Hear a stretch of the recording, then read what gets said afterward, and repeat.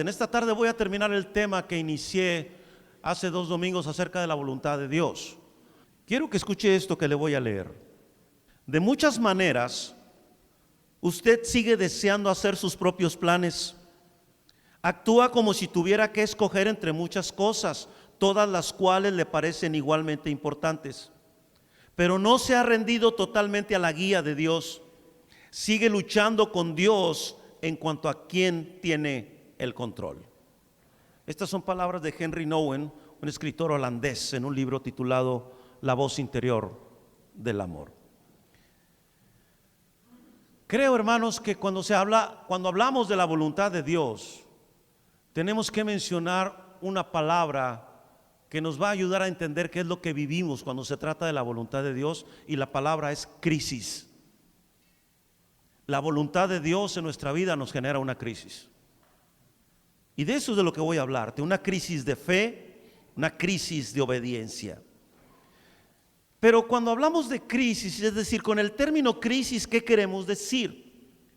Para poder entender, hermano, este término, necesito saber que su origen está en el griego, que es crisis, pero que a su vez viene de un verbo en griego que es krinein, y que significa separar o decidir.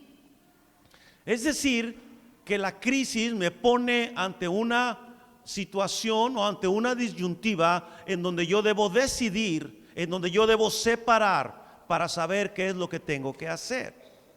Ahora, también hay otros elementos necesarios cuando hablamos de crisis.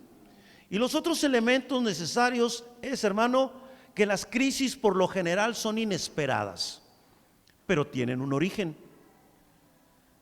También, hermano, producen en nosotros una reacción negativa porque rompen con nuestra normalidad y no es sencillo superarlas. Esos elementos también son parte de una crisis y usted sabe que es así.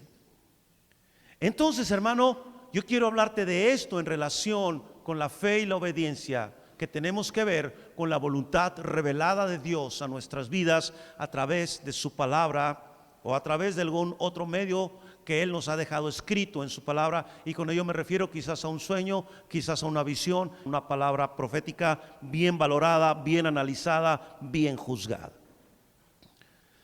Durante algún tiempo en las redes sociales circuló esta frase: se tenía que decir y se dijo. ¿Sí la vieron? Y esta frase, que por cierto no sé si sabes cuál es su origen. Su origen está en un pequeño juego que se llamaba Club Penguin. Ahí está el origen de esa frase. Algunos de los que están acá que eran niños lo llegaron a jugar y a lo mejor no se acuerdan, y algunos papás también, ¿verdad? Lo llegaron a jugar.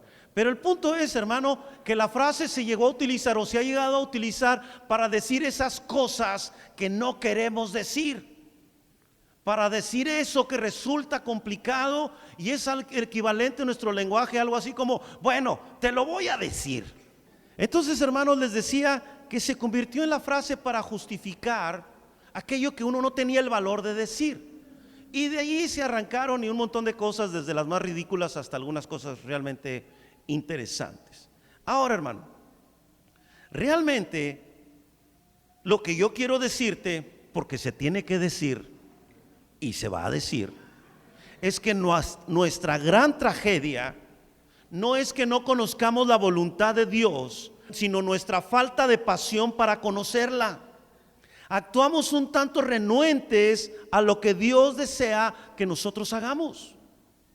Sí, hermano, tu problema y el mío no es que no conozcamos la voluntad de Dios, es que no reflejamos pasión para conocerla. Realmente no nos interesa tanto saber la voluntad de Dios en algunos asuntos importantes de nuestra vida. Pero debes saber que como hijos e hijas de Dios, nuestro supremo deseo debiera ser hacer su voluntad en todas las cosas. Y con esto me refiero ir a donde Él quiere que vayamos, ser lo que Él quiere que seamos y hacer lo que Él quiere que hagamos. Pero esto, hermano, nos genera una crisis. Se produce una lucha interior en nosotros, porque cuando se trata de obedecer la voluntad de Dios, en muchas ocasiones va a significar renunciar a nuestros planes, renunciar a nuestra voluntad y renunciar a nuestro orgullo. Por eso es una crisis, porque Dios te dice su voluntad y entonces tú vas a empezar a luchar en tu interior en la mayoría de las ocasiones, porque la voluntad de Dios, si bien es definida en la Biblia como agradable y perfecta, en ocasiones no nos lo parece. Repito, ¿por qué? Porque va en contra de mi voluntad y porque mi orgullo siempre es un enemigo a vencer. ¿Recuerdas que la semana pasada y la antepasada yo te estuve diciendo que la voluntad de Dios, la voluntad revelada de Dios, tiene que ver con nuestra fe y con nuestra obediencia?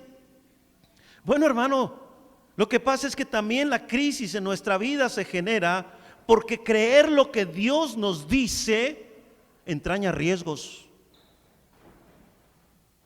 ¿Recuerdas a Moisés cuando el Señor le dijo: ve a Faraón y dile que dejes ir libre a mi pueblo? Era riesgoso para Moisés. Se iba a jugar la vida en cierto sentido. Si bien el faraón que lo andaba buscando para hacer justicia por aquel egipcio que él mató ya había muerto, era un riesgo regresar a Egipto. Y por lo tanto, hermanos, cuando Dios me muestra su voluntad para muchas de las cosas que tienen que ver con mi vida cristiana y con mi vida como ser humano, va a entrañar un riesgo y quizás eso va a hacer que yo me detenga. Por esa razón, hermano, yo te estoy hablando de la crisis que produce esto. Mira, yo tenía mi vida planeada, yo iba a estudiar a contaduría pública. De hecho sí entré a la facultad, pero no terminé por cuestiones del destino. No es cierto, no terminé. Pero el caso es que yo había planeado mi vida y yo voy a ser un hombre rico. Yo voy a ser un hombre rico, voy a tener mucho dinero. Esa era mi vida. Y resultó que no.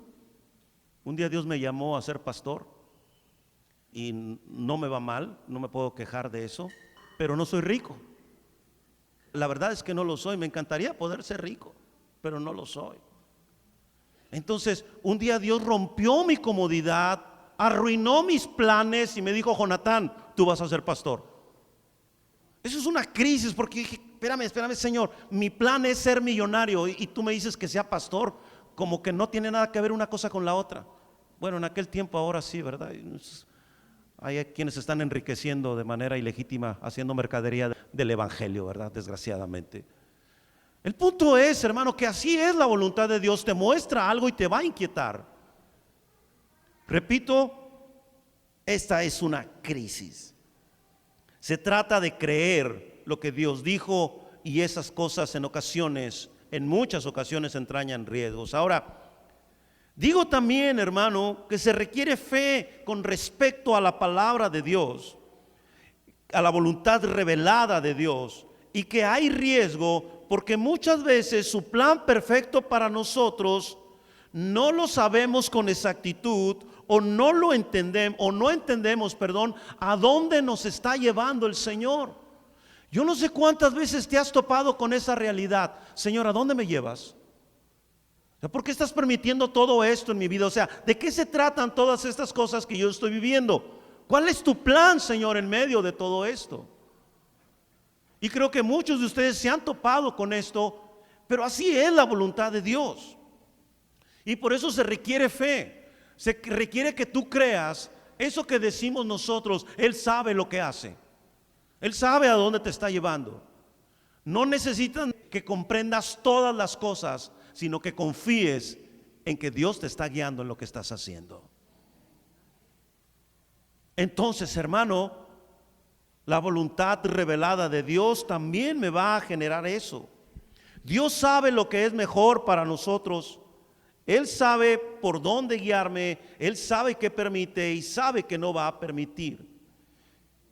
En ocasiones la voluntad revelada de Dios va a ocasionar resistencia, y obviamente esa resistencia se convierte en una lucha con Dios. Cuando Dios te muestra que esa persona no es para ti, cuando Dios te muestra que ese trabajo no es para ti, cuando Dios te muestra que ese negocio no es para ti, pero tú te aferras. Dices, Señor, es que no puede ser que no sea tu voluntad. Es que todo nos está saliendo bien, todo iba viento en popa, y Dios te dice, no, esa no es mi voluntad. Entonces nos resistimos y luchamos en nuestro interior. ¿Por qué, hermanos? ¿Por qué luchamos? Porque nuestro orgullo, nuestra carne todavía no ha sido doblegada como debería de serlo.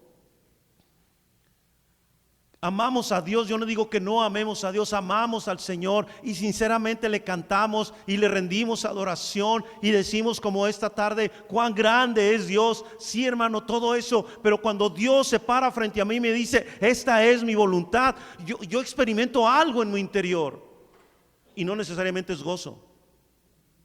¿Por qué? Porque entonces Dios plasma su voluntad y me dice, esto es lo que quiero de ti, Jonatán, o esto es lo que quiero para ti, Claudia, o esto es lo que quiero para ti, Sandra, etcétera.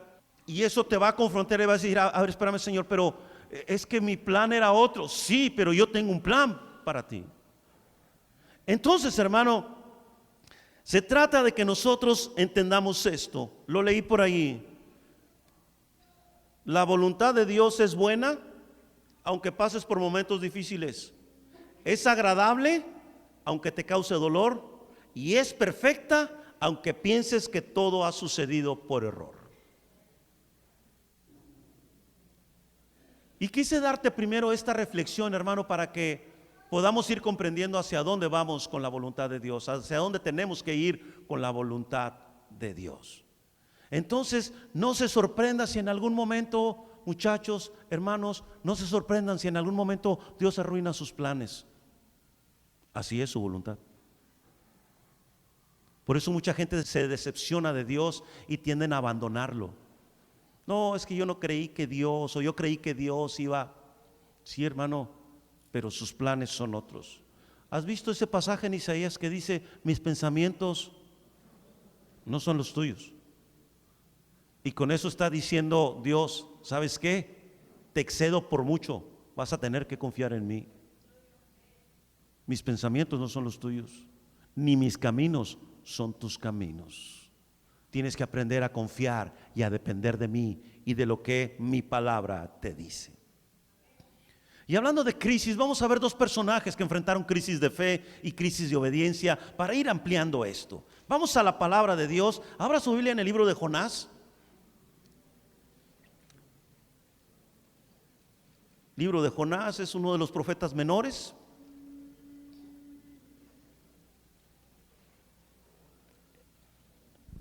Y tenga abierta su Biblia ahí en el capítulo 1. Jonás, su nombre significa paloma. Es el quinto de los profetas menores en la escritura, es decir, en el orden de la escritura. Jonás era un judío celoso y por lo tanto tenía prejuicios hacia quienes no eran judíos. Fue llamado por Dios para que les predicara a los de Nínive el arrepentimiento. Se cree que su libro fue escrito aproximadamente entre el 793 y el 758 antes de Cristo. Ahora, en Jonás capítulo 1, en los versículos 1 y 2 dice así: vino palabra de Jehová a Jonás, hijo de Amitai, diciendo: levántate y ve a Nínive, aquella gran ciudad, y pregona contra ella, porque ha subido su maldad delante de mí. Esta era la voluntad de Dios para Jonás. ¿Sabes qué, Jonás? Lo que vas a hacer es ir a Nínive y les vas a llamar al arrepentimiento, les vas a decir que sus pecados han llegado muy lejos, pero que yo les estoy dando la oportunidad de que se arrepientan. Eso es lo que tenía que anunciar Jonás. Pero ¿qué hace Jonás? Versículo 3. Y Jonás se levantó para huir de la presencia de Jehová a Tarsis, y descendió a Jope, y halló una nave que partía para Tarsis, y pagando su pasaje entró en ella para irse con ellos a Tarsis, lejos de la presencia de Jehová. ¿A dónde iba Jonás? ¿Qué dice la Biblia que hizo Jonás cuando se le manifestó la voluntad de Dios? Huyó. Pero ¿por qué huyó? ¿Por qué se fue? ¿Por qué simplemente no obedeció? ¿Por qué no se sujetó al plan? Es por decir, la presencia de Dios estaba al norte y él iba totalmente hacia el sur. O sea, ¿cuál era el error? O sea, ¿qué estaba mal con la voluntad de Dios? No, hermano, con la voluntad de Dios no había ningún problema. El problema era él. El problema eran los prejuicios y la intolerancia que había en su corazón. Esto lo puedes ver en el capítulo 4. Si quieres abrir ahí tu Biblia, por favor. En el capítulo 4, versículos del 1 en adelante, dice: pero Jonás se apesadumbró en extremo y se enojó. Y oró a Jehová y dijo: ahora, oh Jehová, ¿no es esto lo que yo decía estando aún en mi tierra?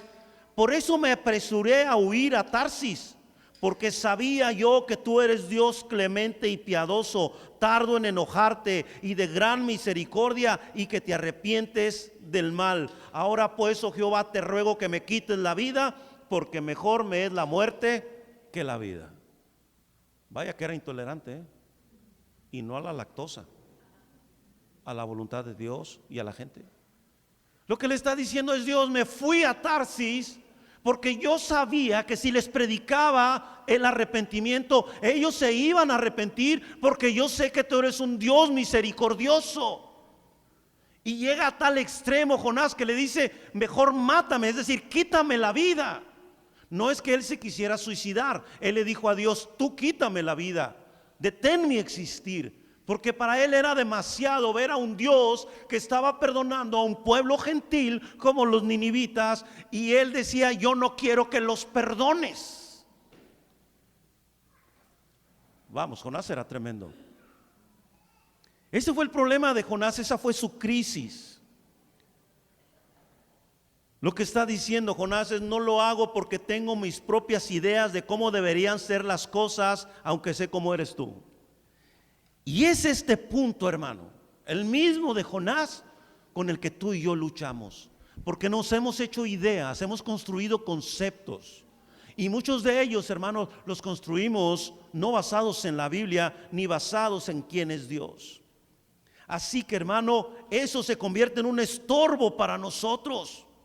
Se convierte en un estorbo porque entonces, cuando Dios viene con su voluntad revelada hacia nuestras vidas, a nosotros nos sacude, nos quita nuestra zona de confort, nos violenta en algún sentido, porque tú dices: no, es que no puede ser así.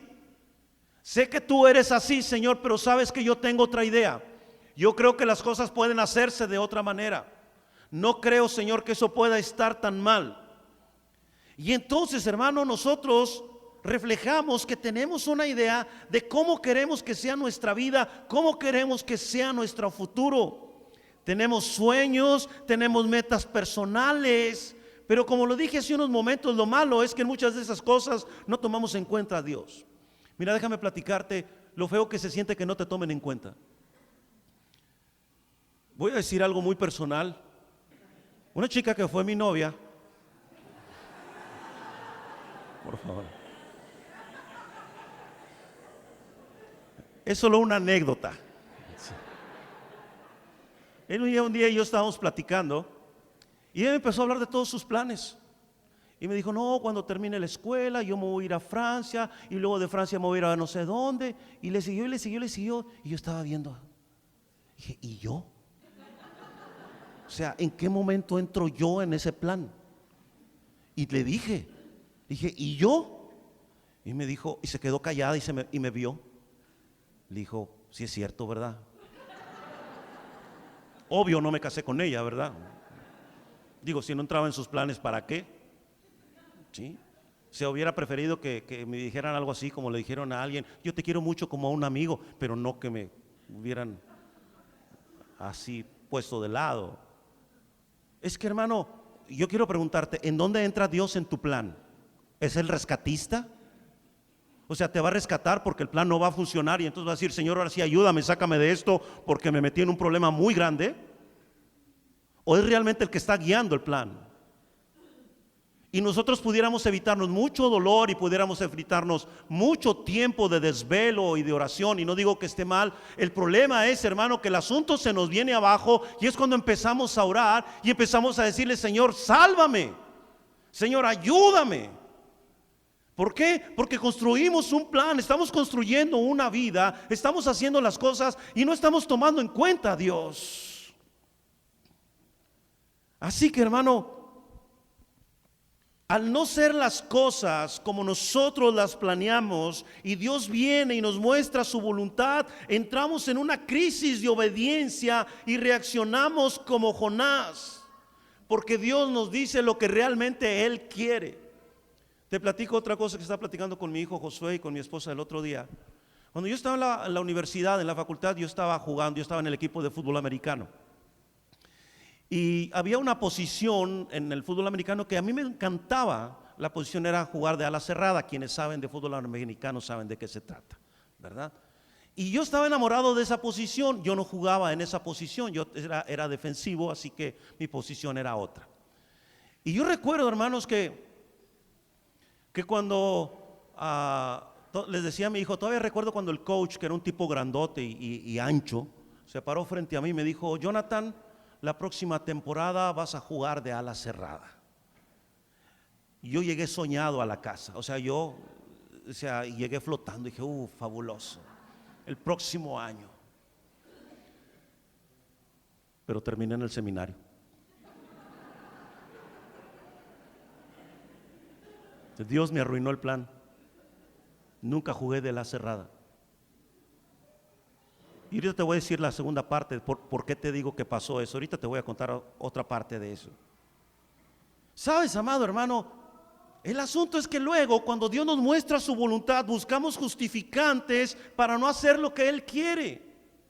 ¿Sí? Es como la muchacha que no se quiere convencer que el joven ese que no cree en Dios y no quiere nada con Dios no es lo mejor para él, pero la muchacha dice: pero es bien bueno y es guapo. Pero eso no es suficiente. En una relación más profunda de matrimonio, eso no es suficiente. Sale sobrando la guapura. Aquel de la canción tenía razón. Si no la busques, hijo, muy bonita, porque al paso del tiempo se le quita. Busca amor, solamente amor.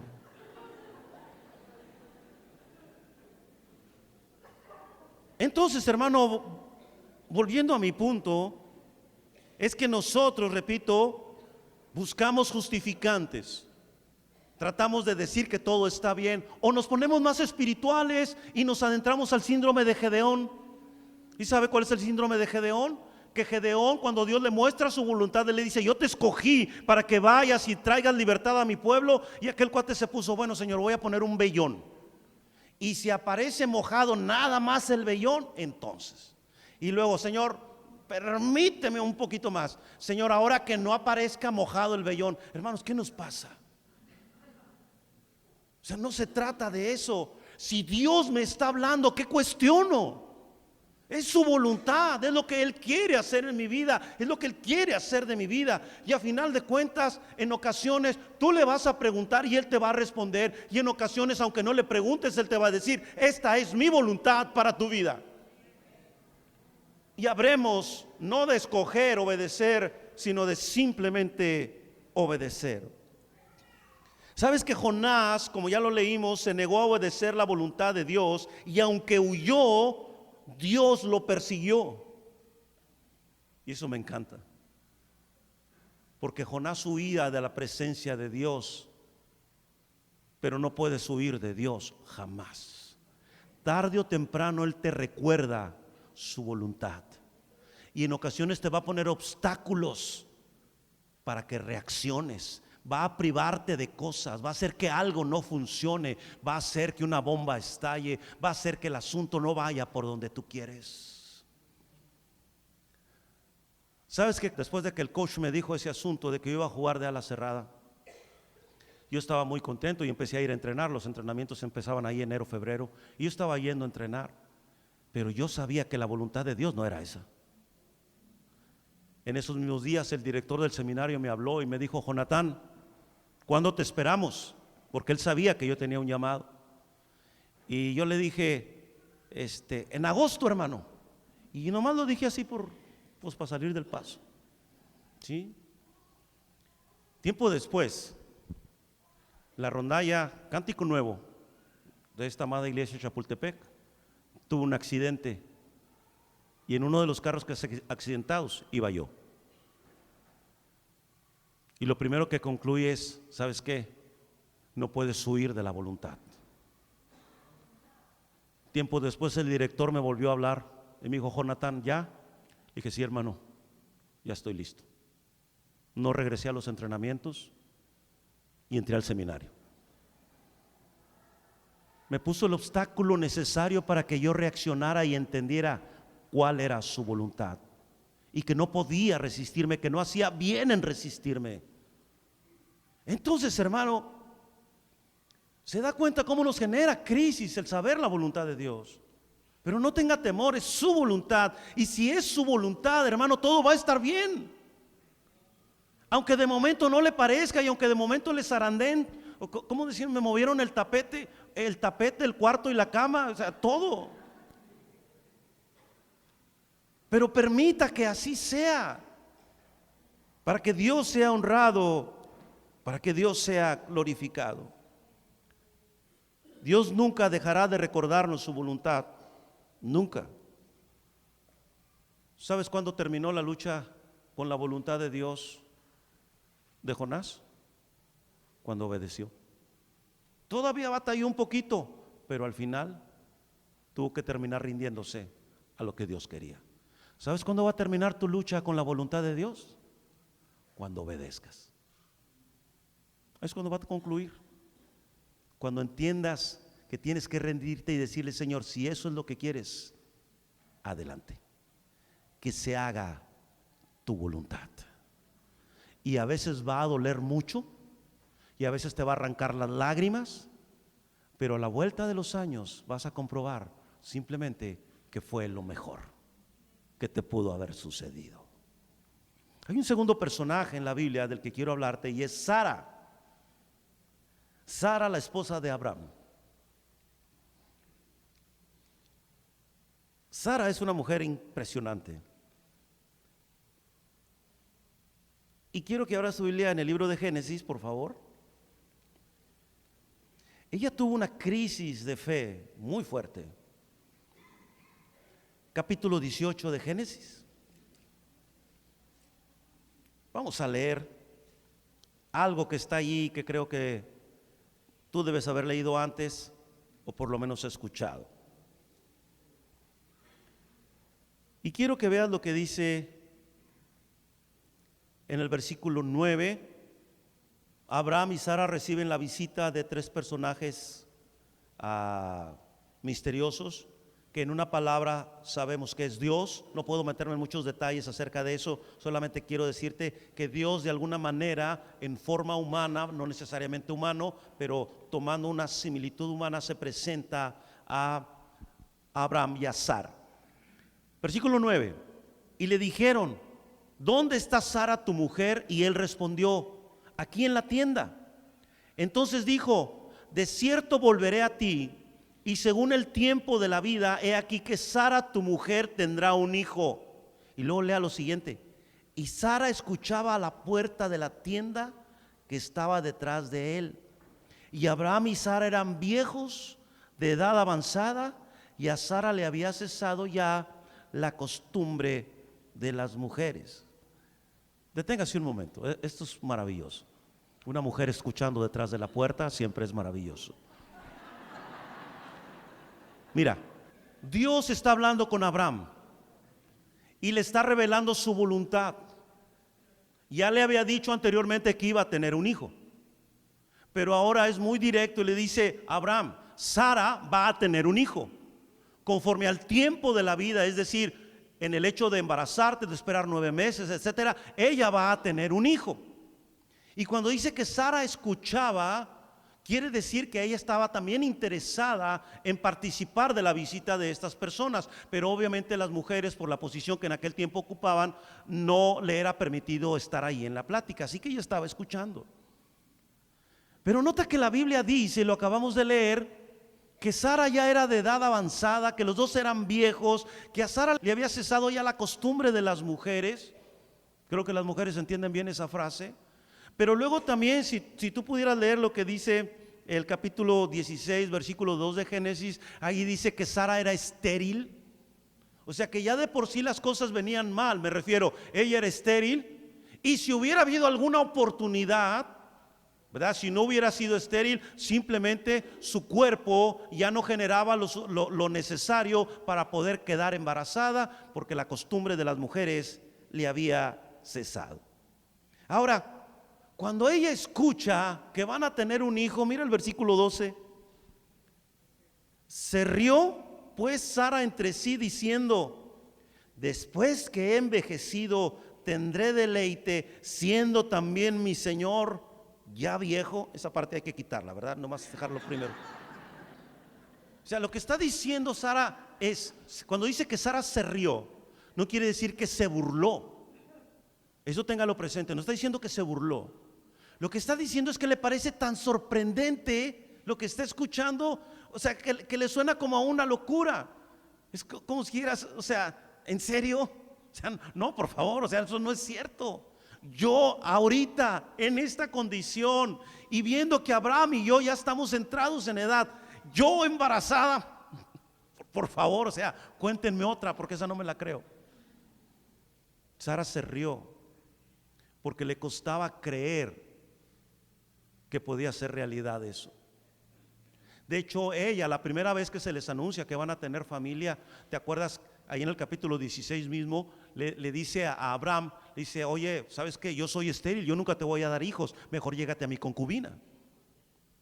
Ella estaba consciente de una situación, ella sabía cuál era la realidad. Entonces, hermano, lo que está viviendo Sara es una crisis de fe. Yo a esta edad voy a tener hijos. O sea, ya soy de más de 70 y estás hablando que voy a tener un hijo. ¿Hay alguna dama aquí que tenga más de 70? Que entienda a Sara. No se hagan hermanas. Sí hay alguien más de 70 aquí. O sea, nadie levanta la mano, por favor. Bueno, suponiendo que hubiera una hermana de más de 70, suponiendo. Imagínese usted que tiene más de 70 y le dicen: va a ser usted mamá próximamente. Y usted va a decir: ¿qué? Por favor, pastor, o sea, no, vaya con ese cuento con otra persona. No, hermana, el Señor me lo mostró. No, pastor, por favor. Creo que está entendiendo a Sara su reacción. ¿Por qué? Porque ella se ve en toda su realidad. Pero ¿sabes cuál es el punto aquí, hermanos? Y que la mueve a ella a decir: vamos, esto no puede ser. Es que ella vio su realidad, pero no vio quién era Dios en su realidad. ¿Escuchaste? Ella vio que sí, que era avanzada de edad, que ya no podía tener hijos, que Abraham también ya era un hombre mayor, y ella dijo: estas son mis circunstancias, simplemente no puede ser posible. Pero Dios le va a dar una respuesta a Sara. Dios va a volver a hablar con Sara. O sea, tú y yo tenemos que entender, hermano, que cuando Dios me muestra su voluntad, cuando Dios me revela su voluntad, ¿sabes una cosa, hermano? Yo no tengo que ver mis circunstancias como determinantes en el plan de Dios. Tengo que ver mis circunstancias a la luz de quién es Dios, para entonces entender que cualquier cosa que Él me esté mostrando, cualquier cosa que Él me esté indicando, va a ser posible porque me lo está diciendo Dios, porque Él es el Señor y porque Él es el Dios Todopoderoso. Mira, sigue la lectura ahí donde estamos, versículo 13. Entonces Jehová dijo a Abraham: ¿por qué se ha reído Sara diciendo: ¿será cierto que he de dar a luz siendo vieja? Y nota la pregunta del versículo 14: ¿hay para Dios alguna cosa difícil? Usted sabe la respuesta. O sea, qué maravilloso es Dios, porque le dice a Abraham: Abraham, ¿por qué se rió Sara? O sea, ¿qué le pasa? ¿No entiende quién se lo está diciendo? ¿No entiende de quién viene la palabra? ¿Hay alguna cosa difícil para Dios, Abraham? Pobre Abraham, le tocó todo. Pero hermano, yo le pregunto: ¿hay alguna cosa difícil para Dios? Entonces, si te revela su voluntad, ¿por qué luchar contra ella? Creo que algunos de ustedes han escuchado que yo les he compartido también que yo cuando fui adolescente yo era tartamudo. Era tartamudo y tenía una baja autoestima. Yo no podía hablar de frente con nadie. De hecho, una vez que mi papá me pidió que diera testimonio porque yo había estado enfermo y el Señor me había sanado, todo el testimonio lo di viendo el piso. Jamás levanté la cabeza. Así de inseguro era yo. Entonces cuando Dios me dice, Jonatán, tú vas a ser pastor, dije, Señor, te puedo recomendar unos 2 o 3 que eso sí, mira, eso sí le van a entrar. Yo, Señor, por favor, no puedo ni hablar. Pero Él obró, un día Él me sanó. No me acuerdo ni cómo sucedió, pero me sanó. Y Él trabajó mi autoestima. Y Él trabajó mi seguridad. Y le agradezco mucho a Dios por eso, porque fue su gracia. Él me capacitó. Desde el momento yo no lo creía así como que, Señor, yo. No, Señor, estás exagerando. Pero Dios tenía su plan y Dios lo cumplió. Quiero que entiendas esto, hermano. Cuando Dios te muestre su voluntad, lo que Él quiere, y a ti te parezca que eso realmente nada tiene que ver contigo, te parezca imposible, si su voluntad te lleva a una crisis de fe, si las circunstancias te dicen que de ninguna manera eso es posible, si lo que ves y lo que escuchas de Dios no hacen clic, tienes que recordar la pregunta del versículo 14: ¿hay para Dios alguna cosa difícil? Y luego categórica y enfáticamente Dios le vuelve a decir a Abraham: Abraham, léalo allí conmigo, al tiempo señalado volveré a ti, y según el tiempo de la vida, Sara tendrá un hijo. Por si quedaban dudas. Sara luego medio se disculpa, ¿no? Entonces Sara negó diciendo: no me reí, porque tuvo miedo. Y él dijo: no es así, sino que te has reído. Bueno, así somos, ¿no es cierto? O sea, ¿tú crees que Dios no sabe tu situación? ¿Tú crees que Dios no sabe tus condiciones? ¿Tú crees que Dios no está consciente de tus limitantes, de tus limitaciones? ¿Tú crees que Dios no sabe que te sientes incapaz o que en algún momento tienes temor de que las cosas no salgan bien, de que el asunto fracase? Sí, Él lo sabe todo, pero si Él está hablando, tienes que creer y confiar su palabra. No la deseches, descansa en que es Dios quien te lo está diciendo, no te lo está diciendo hombre alguno. Y yo sé que no es fácil, porque cuando las circunstancias negativas son abrumantes, te resulta difícil creerlo. ¿Por qué? Por todo lo que entraña, ya lo dije, el riesgo, las mismas circunstancias dolorosas que quizás has vivido anteriormente. Pero escucha esto: fe es creer que Dios es quien dice ser y que Él puede hacer lo que dijo que haría. Fe es obedecer al Señor a pesar de la imposibilidad y los riesgos que su voluntad representan. Fe es confiar en Él cuando todo mi ser clama por una prueba visible, cuando soy tentado a pedir más pruebas, cuando en mi ser interior digo: cuando tenga toda la evidencia, entonces seguiré su plan. Fe es simplemente arrojarte al mar y saber que el Señor va a cuidar tu vida. Eso es lo que Dios está esperando cuando Él nos muestra su voluntad. ¿No dice acaso 2 Corintios 5:7 que por fe andamos, no por vista? El eje de nuestra vida es la fe. No puede ser otra cosa sino la fe. Y la fe no niega las circunstancias, la fe va por encima de las circunstancias. Ciertamente, hermanos, tú y yo nos sentimos más cómodos cuando todo se ve muy claro alrededor de nosotros. Algo en nuestra naturaleza siempre exige garantías. Pero lo único y lo mejor que tienes es la palabra de Dios. A mí me gusta dar este ejemplo en las bodas, cuando compartiendo a los novios, y les digo: la persona con la que te vas a casar no la conoces toda. Solo conoces lo suficiente para tomar el riesgo de casarte con ella, pero no la conoces. Y lo demás, entonces, ¿cómo se vive? Confiando en Dios. No tienes otra manera, porque lo otro no lo vas a conocer hasta que vivas con la otra persona. Así es. Por eso, hermano, Tomo esta analogía para hacerles saber esto, hermano. Sabemos lo suficiente de Dios para confiar en Él y tomar el riesgo. Lo otro, Él es Dios, Él es el Señor. Entonces, hermano, mantengámonos en la perspectiva divina. No exija pruebas, Él es fiel. Usted no necesita más evidencia que saber que Él es Dios y que Él es, como dice Apocalipsis, Él es fiel y verdadero. Es todo lo que usted y yo necesitamos saber, hermano. De alguna manera Dios en esta tarde nos está diciendo: si vas a hacer mi voluntad, tendrás que creer en mi palabra, tendrás que creer que yo soy quien dice ser y que haré lo que digo que haré. Entonces, hermanos, si tienes una crisis con respecto a la voluntad, va a terminar cuando cedas tu voluntad a su voluntad. Cuando decidas que será su palabra la que te guíe, aunque no sea lo que tú esperabas.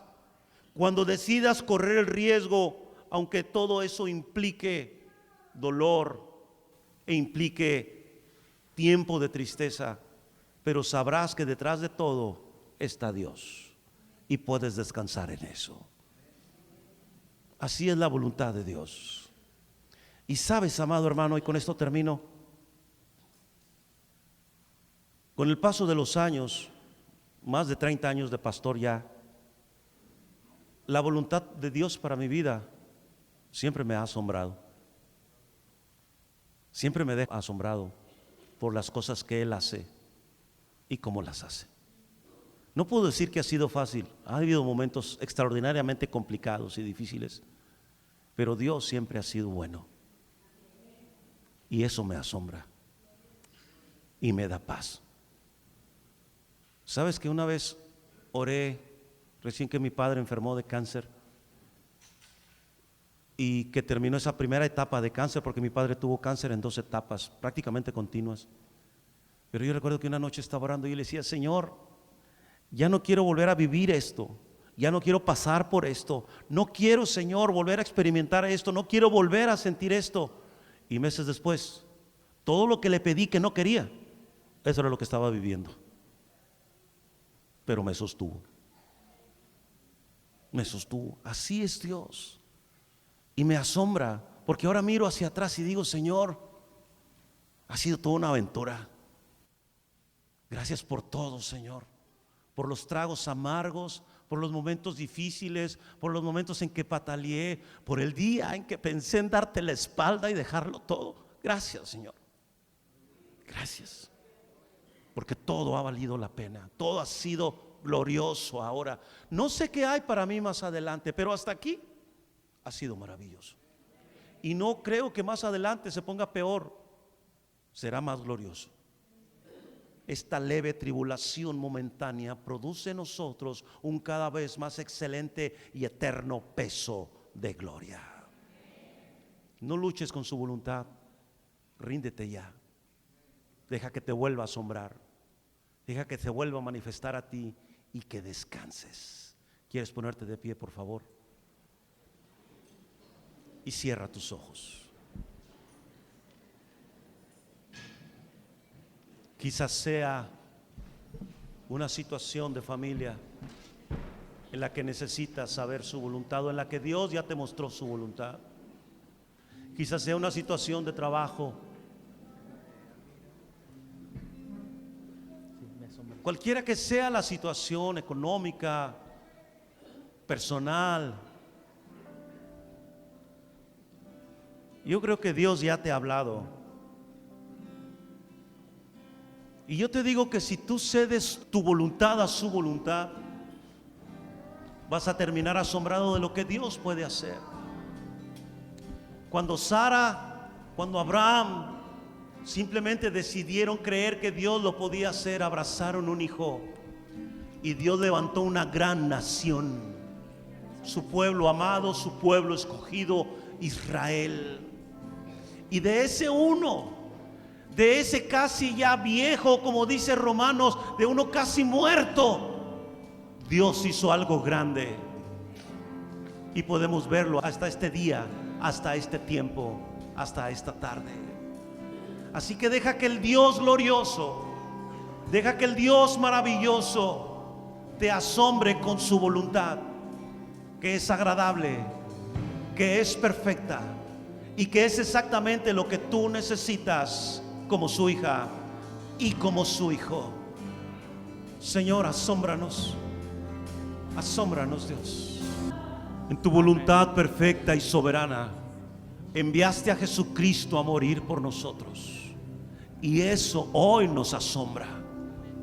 Así es tu voluntad de nuestras vidas, asombrosa, gloriosa, perfecta, agradable, Señor. Enséñanos a caminar en ella y a vivir en ella, y saber, Señor, que no hay cosa mejor que tus hijos y tus hijas pudieran vivir, sino estar en tu voluntad, Señor, no en la nuestra. Si hoy podemos disfrutar de perdón y salvación, fue por ese plan perfecto, esa voluntad en la que tú dijiste: mi hijo morirá por ti. Y hoy disfruto de tanta paz contigo. Hoy sé que no estoy sola, que no estoy solo. Hoy sé que mi nombre está escrito en el libro de la vida. Hoy sé que mi pecado ha sido perdonado. Gracias, Señor.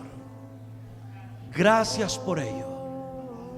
Señor, en esta tarde te digo que no sea más mi voluntad, sino la tuya.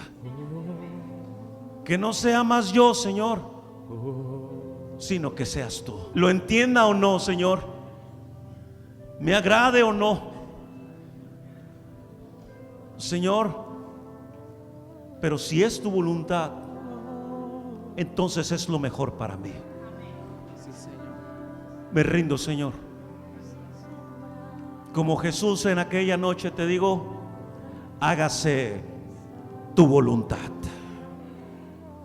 Gracias, Padre. Gracias por tu palabra.